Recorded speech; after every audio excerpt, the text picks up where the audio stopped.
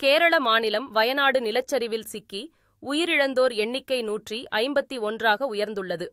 வயநாடு பகுதியில் நேற்று முன்தினம் இரவில் கனமழை பெய்தது.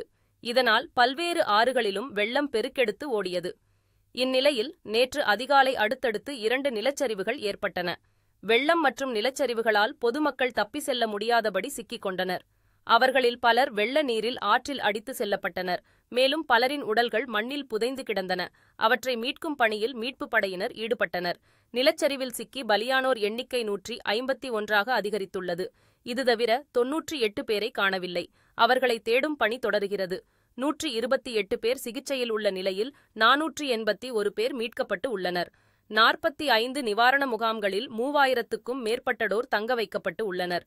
மேலும் கனமழை எச்சரிக்கை காரணமாக வயநாடு, இடுக்கி, பாலக்காடு, காசர்கோடு, கண்ணூர், மலப்புரம், திருச்சூர், பத்தனம்திட்டா, எர்ணாகுளம், கோழிக்கோடு மற்றும் ஆலப்புழா மாவட்டங்களுக்கு விடுமுறை அறிவிக்கப்பட்டு உள்ளது.